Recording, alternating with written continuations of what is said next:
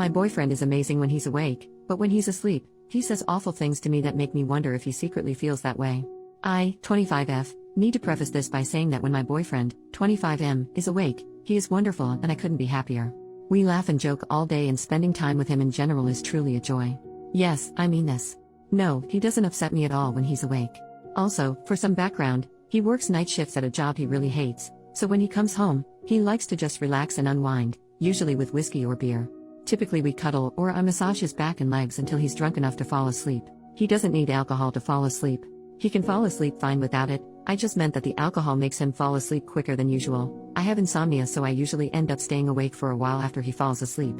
I'm also really sensitive to aggressive tone of voice due to some past trauma. He only really talks in his sleep if I shift too quickly or try to move him over a little bit if I have no room on the bed or if I move the blanket too much and it disturbs him. He usually snaps at me saying quit effing moving. Or can you please effing stop, or oh my effing god, just things in general that give off an indication that he's really annoyed with me. There's also been a couple unprompted times where he's stirred or rolled over, I guess disturbing his own sleep, and said things like I can do better than this, etc. Because of my sensitivity, I usually end up crying over these things.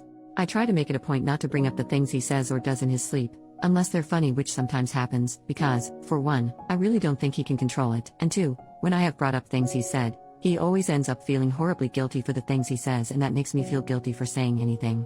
Last night, in his sleep, he ripped my blanket away from me. We sleep with separate blankets because this has been an issue in the past, and tucked it under himself and his own blanket. It was really cold in the room, so I tried to take it back, but he grabbed my hand and shoved it away. I didn't want to have to wake him up, but he's a lot stronger than me, and no matter what I tried to do, I just couldn't get the blanket back. I shook him gently and kept saying, "Baby, can you please give me back my blanket?" I was met with sleepy grunts, but he still wouldn't give it back. Finally, after a little persistence, he sat up really quickly and yelled, "What do you want?" "Jesus, you're annoying." I said, "I just want my blanket back, please." He shoved it towards me and nearly knocked me off the bed, and then instantly laid back down and started snoring. I didn't sleep at all last night because of this. It's really eating at me.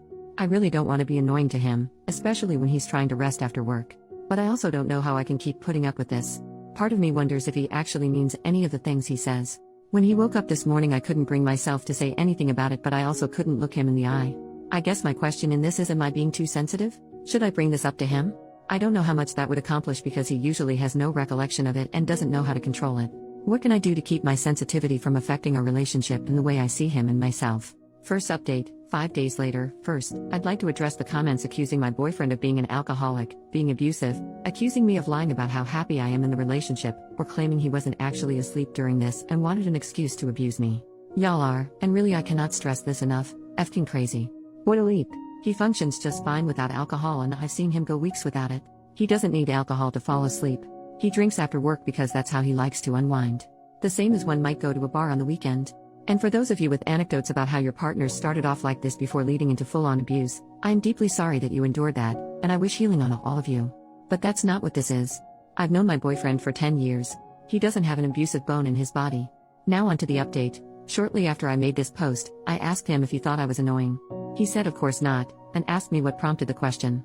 When I brought up what he did in his sleep, he got very quiet for a short while and then asked, "Why didn't you slap the SHT out of me?" Which made me chuckle quite a bit.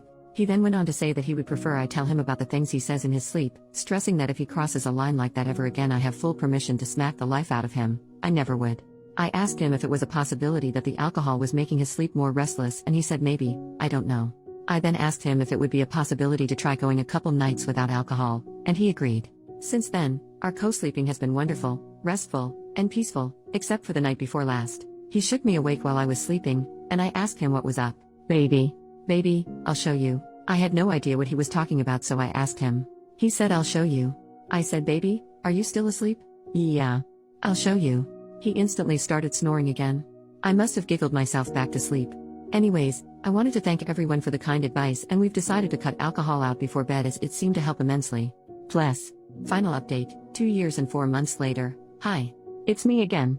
Going back and reading these posts was insanely difficult. I want to kick myself for how deep in denial I was. Everyone in the comments was telling me that my boyfriend is an alcoholic, and I fought so hard against that.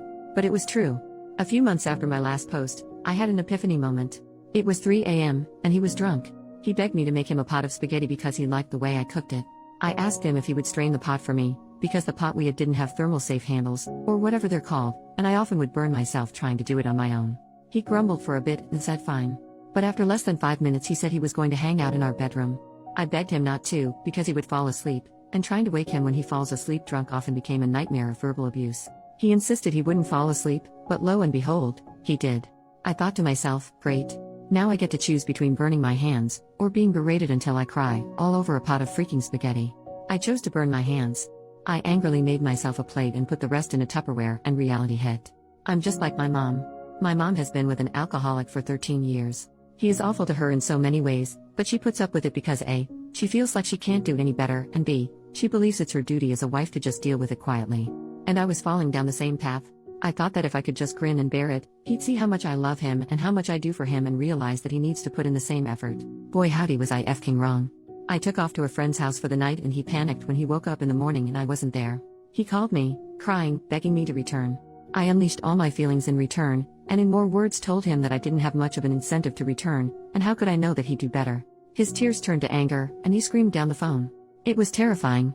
I ended up going back home to collect some things, and told him that I needed to separate from him because I didn't know how to help him anymore, and as deeply as I loved him, I couldn't stay and watch him kill himself any longer. I'll never forget the look he gave me. It was like I had kicked him in the stomach. I stayed with my friend for a month or so, with little to no contact with him. I ended up having to return to collect the rest of my stuff, and I noticed something strange.